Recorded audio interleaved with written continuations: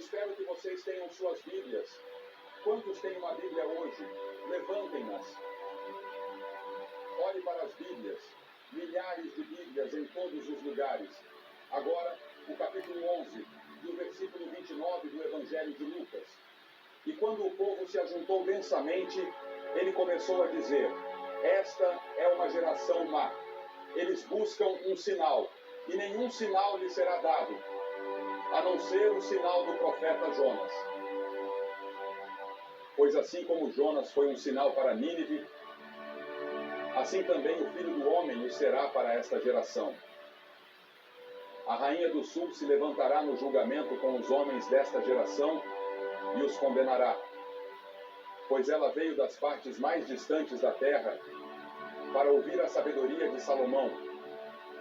E eis que alguém maior do que Salomão está aqui. Isto, os homens de Nínive se levantarão no julgamento com esta geração e a condenarão, pois eles se arrependeram com a pregação de Jonas.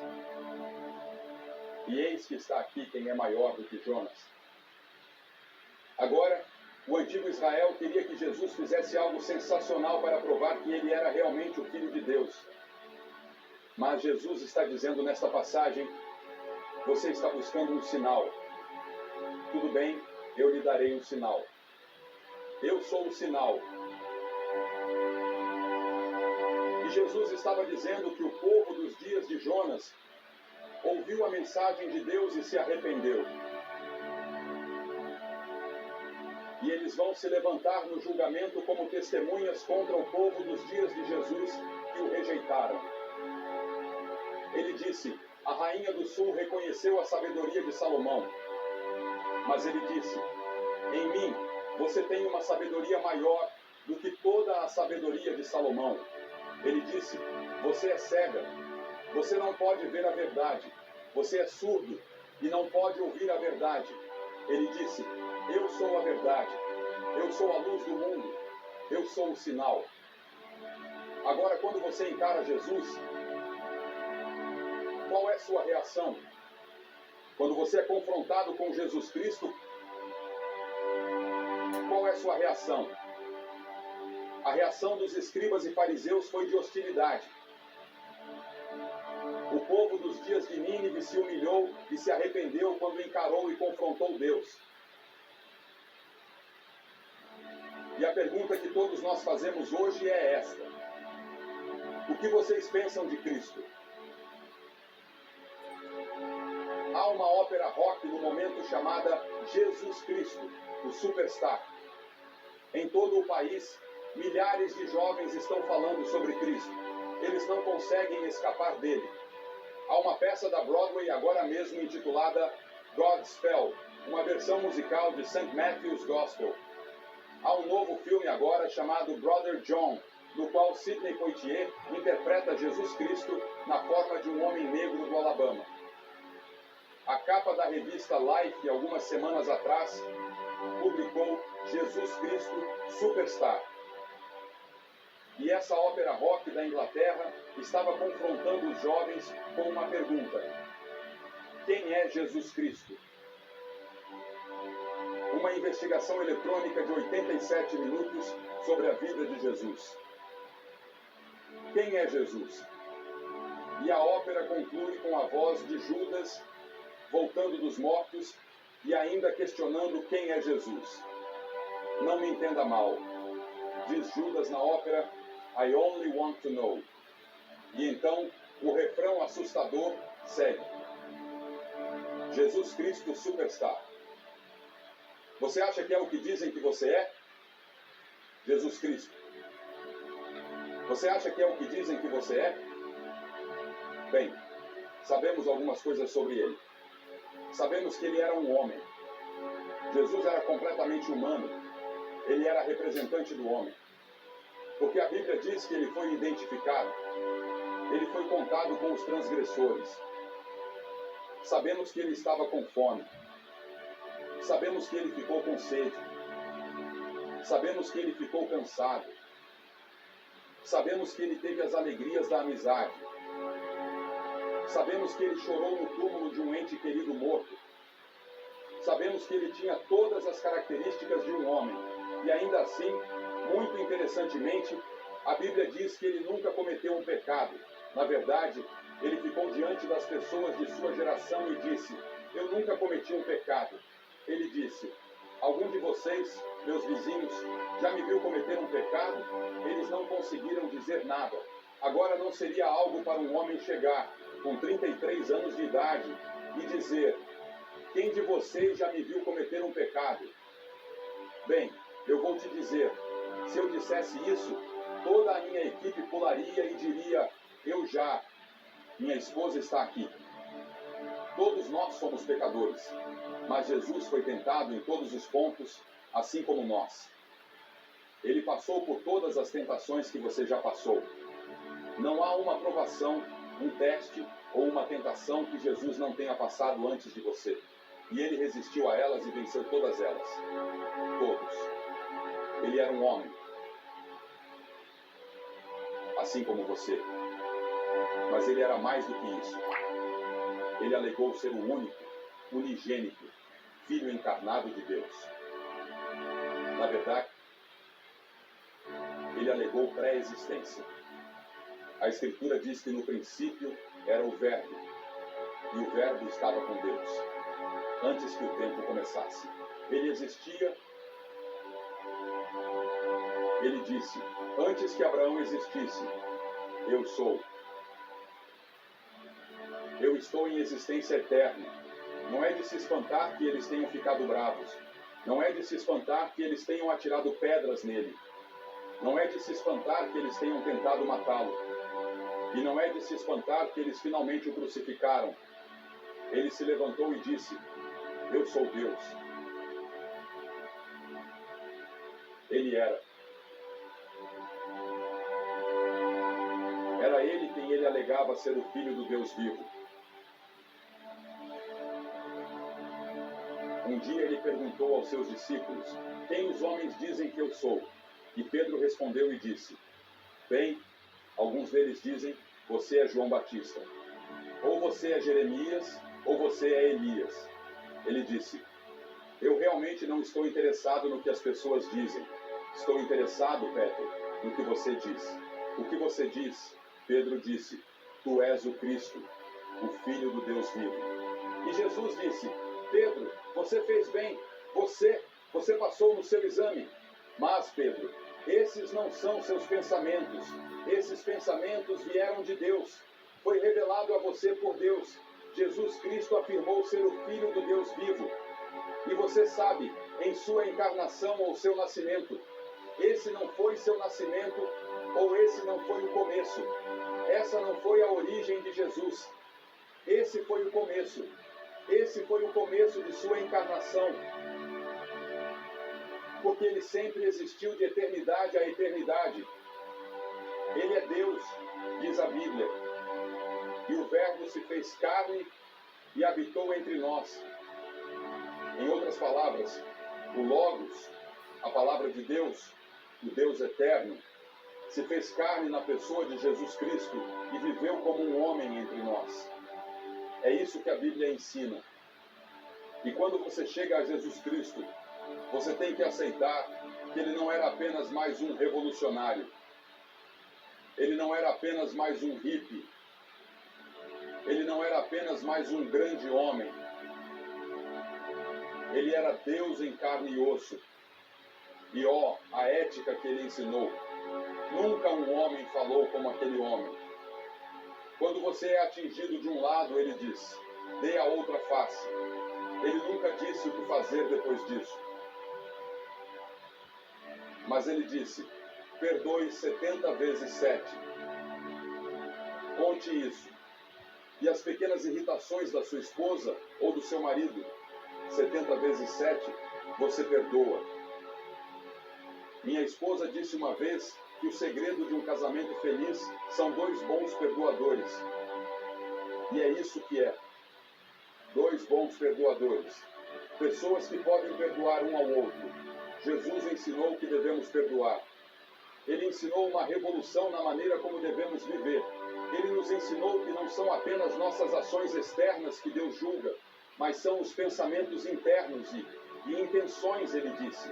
Moisés disse que nos 10 mandamentos não cometerás adultério.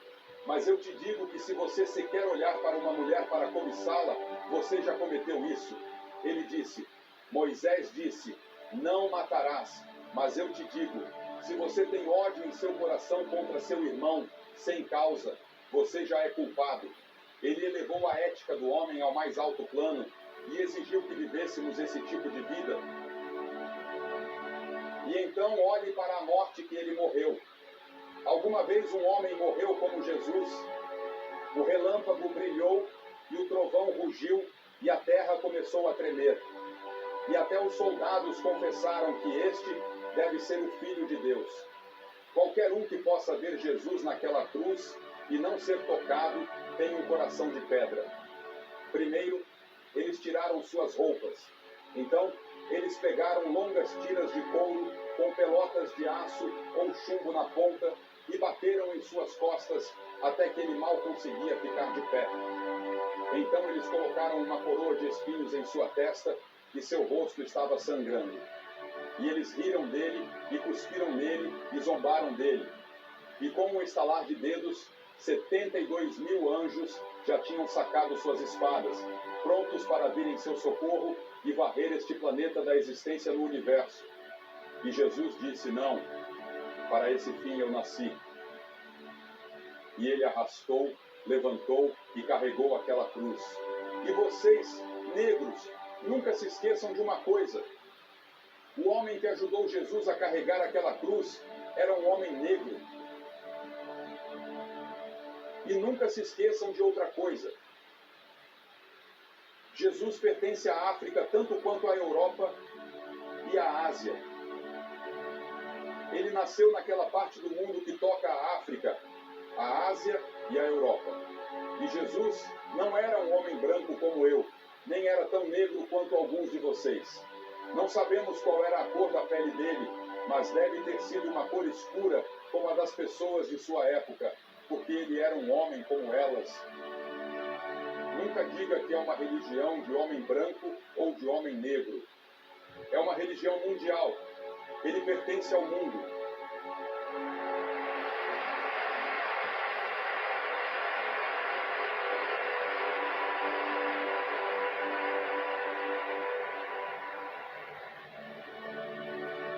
Quando ele morreu naquela cruz e eles o pregaram, eles colocaram os pregos em suas mãos. E você sabe o que ele disse? Perdoe-os. Eles não sabem o que fazem. Perdoe-os. Você perdoaria alguém que está colocando pregos em suas mãos e você sabe que não merecia isso? Ele não se contorceu. Ele não gritou. Ele não berrou. Ele apenas pegou e disse, Senhor, perdoa-os. Eles não sabem o que estão fazendo. Foi assim que ele enfrentou a violência de sua morte. E então na cruz, ele disse, meu Deus, por que me abandonaste? E então ele abaixou a cabeça e disse, está consumado. O que ele quis dizer? Ele quis dizer que seu plano de salvação estava terminado. Deus agora pode perdoar todos os seus pecados, porque Jesus havia terminado o plano de Deus para a sua salvação. Porque veja bem, Deus conhece cada um de vocês pelo nome. Ele tem os cabelos da sua cabeça contados. Deus olha para você como se você fosse a única pessoa em todo o universo. Ele vê você e somente você. E naquela cruz, Jesus teve a capacidade de pensar em você. E ele te amou o suficiente para permanecer na cruz. Já houve amor como esse? Quando ele poderia ter sido resgatado e levado de volta ao céu e sentar-se em seu trono. Mas ele não fez isso. Ele disse, não, estou fazendo isso pela alegria que está diante de mim. Porque ele viu que seria ressuscitado dos mortos. Ele viu que haveria uma reunião nas gerações vindouras de um povo para seu nome, que formaria seu corpo. Ele viu o dia em que reinaremos com ele em seu reino. Eles o colocaram em um túmulo. E é aí que Jesus Cristo Superstar o deixa. Mas lá em Kansas City, algumas pessoas se apoderaram e eles o levaram direto para o próximo passo, a ressurreição. E se você não tem a ressurreição, você não tem nenhum evangelho. Jesus Cristo está vivo. E quando eles foram ao túmulo naquela manhã, eles ouviram as maiores notícias que o mundo já conheceu. Ele não está aqui, ele ressuscitou. Ele está vivo hoje. E a coisa que inspirou os discípulos a virar o mundo de cabeça para baixo em seus dias foi a ressurreição. Eles foram a todos os lugares declarando que Jesus está vivo. Se Jesus alegou ser Deus, sabendo que ele não era Deus, então ele é um mentiroso. E teremos que dizer: Jesus, você é um mentiroso. Você é uma fraude e uma farsa. E você é a maior fraude na história da raça humana. Ou se Jesus pensava que era Deus e não sabia a diferença, então ele precisava desesperadamente de ajuda mental. Ele precisava de vários psiquiatras. A terceira alternativa é que ele era quem ele afirma ser Deus em carne. Eu acredito que a evidência é esmagadora de que ele é quem ele afirma ser o Filho do Deus vivo. Mas não posso provar isso cientificamente. Mas posso provar isso pelas vidas que ele transforma todos os dias.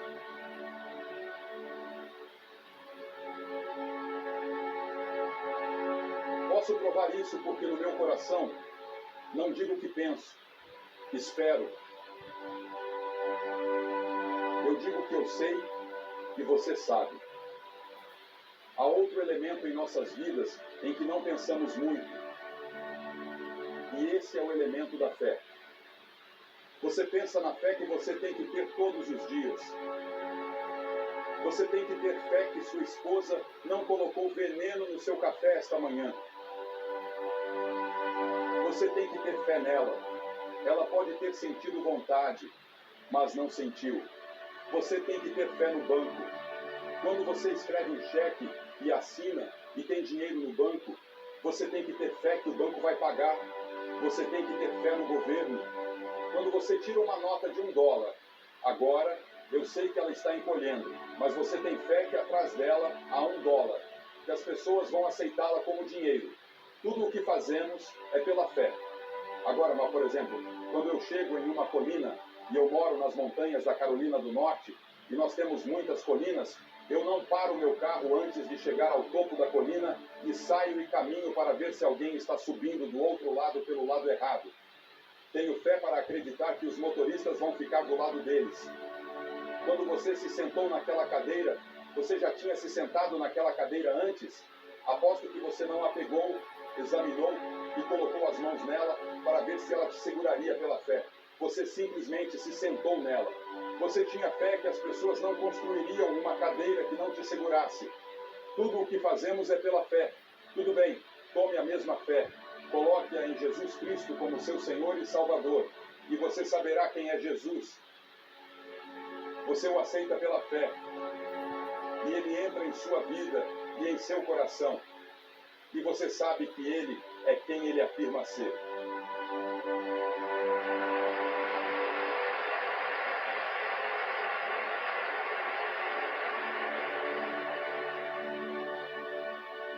Naquela estrada de Damasco, a que me referi há pouco, o apóstolo Paulo disse: quem és tu, Senhor? E então, Paulo lhe fez outra pergunta. Paulo disse: o que queres que eu faça, Senhor? E Jesus disse: levanta-te e vai. Estou a pedir-te hoje para te levantares e ires até ele. Agora, alguns de vocês podem ridicularizar. Alguns de vocês podem rejeitá-lo. Alguns podem simplesmente adiar e dizer: vou esperar até outra hora. Ou você pode aceitá-lo como seu Senhor e seu Salvador e seu Mestre e o Filho de Deus. E ele entrará em seu coração e perdoará seu pecado e mudará sua vida. O superstar de Jesus Cristo, Judas, não me entenda mal, eu só quero saber, ele disse. E então o refrão assustador: Jesus Cristo Superstar, você acha que é o que dizem que você é? Sim, e mais. 10.000 vezes mais do que 2 homens na Inglaterra já colocaram naquelas letras. Jesus Cristo é o Filho de Deus e você é convidado hoje a recebê-lo. Na verdade, se você vai para o céu, a Bíblia ensina que você tem que recebê-lo. Se você vai ter seus pecados perdoados, você tem que recebê-lo. E eu vou pedir que você faça isso hoje. E eu vou pedir que você faça isso publicamente. Como você faz isso? Vou pedir a centenas de vocês que se levantem do seu assento agora mesmo. E venham e fiquem em pé diante desta plataforma quieta e reverentemente e digam: eu quero Cristo em meu coração. Eu quero que Ele perdoe meu pecado. Quero saber que vou para o céu. Quero que Ele mude minha vida. Eu o recebo como meu Senhor e Salvador. Se você estiver com amigos ou parentes ou em uma delegação, eles esperarão. Se você veio de ônibus, eles esperarão. Por que eu peço para você vir à frente? Porque cada pessoa que Jesus chamou no Novo Testamento, Ele chamou publicamente. Você vem publicamente e abertamente e se declara.